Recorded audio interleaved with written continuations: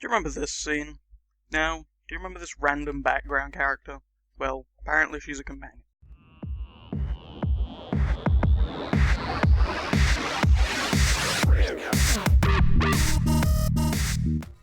More Fallout 4 news coming your way today.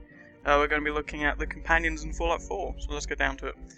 It now appears that we may be able to visually customize our canine companion. We already know you can change his name. Well, I'm assuming so, considering in some clips he's just called Dog and in others he's called Dogmeat. But it now appears we'll be able to actually give him customizations. This is based on like one thing I found on the internet, so it might not be true whatsoever. But the ability to give him like a scarf apparently is a thing. But it doesn't really matter if it isn't a thing, because it's going to be a thing, because mods. But I mean, if it's already in the game, it might be a nice little feature. I mean, giving him a scarf, maybe even a vault suit, might be a bit weird. I don't know.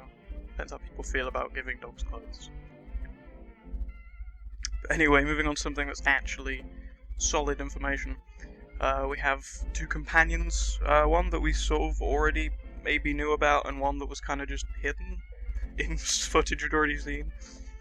The first one's Preston Garvey, is the leader of the Commonwealth Minutemen, which we've seen in the E3 footage, that section where it goes through gameplay, has the laser musket, that sort of stuff, which is all nice and cool. And apparently at some point he becomes a companion. I'm going to assume this is probably after completing his quest, so I'm assuming something happens to the rest of those people he's with that probably isn't very good, and that's why he goes with you, because otherwise surely he'd want to stay and protect his people, because that's what he's been doing for the rest of the time, so evidently something not so good's going to happen to those people based on the fact that he's going to be a companion. But moving on, we have Piper, who's described as a woman wearing a red leather coat and old-fashioned newsboy hat. She also runs a newspaper called The Public Occurrences and has a little sister. Apparently she'll help the player character get into Diamond City by helping you pose as a trader from Quincy. And she also has a quest revolving around a newspaper. You can actually see Piper in some of the old footage, like at the beginning of the video. And I just think that's well done by Bethesda, just including a companion in the original like trailer footage they gave us. And it's just like one really insignificant background character that's heavily pixelated. It's just amazing. And now on something a little more different, and that's for the world of Fallout, really, because this has not been a thing in either of the Fallout games. It hasn't really been a thing in any of the Elder Scrolls games. And that's the ability to romance companions. Todd Howard said we track how each companion feels about you.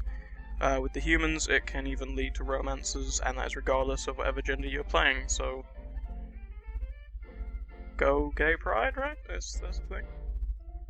But yeah, it essentially means you can romance pretty much whoever you want. I'm not really sure what benefit this is going to give you in-game, if any, in all honesty. It seems like it's kind of going to be a Mass Effect style thing, where you're just going to go in and do it once a playthrough, and that's it. I imagine it'll probably give you some benefit, because Fallout actually thinks about these things. Like in, I think it was in Skyrim, I can't remember if it was a mod or not, but you could like earn money off of having a partner. So you could get some sort of income from them to sort of help you in the game, and that would make sense if that was a thing in this game as well. But it's just whether people want to settle down, I guess, is another thing. And this actually brings us on to the last point, and that's the fact that companions now remember what you've done. So this is based on the thing where they, as Todd Howard said, we track how each companion feels about you.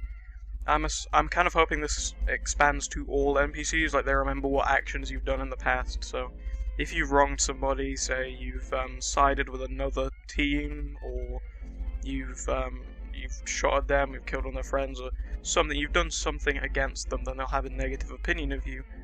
And then I'm hoping this slowly, eventually, will lead up to them trying to sort of either kill you, or they'll betray you, or they'll do something against you.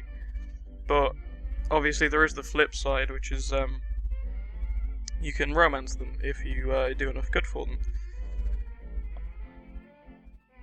So that's kind of all for now. This has been a much shorter video than I've done for the past few Fallout videos. There's a lot less information about the companions, in all fairness. There's literally only 3 we know about now, and one of them was a background character that we've seen other footage. And the other one we've already seen before. So, thank you guys for watching. There's more Fallout stuff on the channel if you're interested. There's plenty more Fallout news if you need to catch up on anything. And I'll see you next time.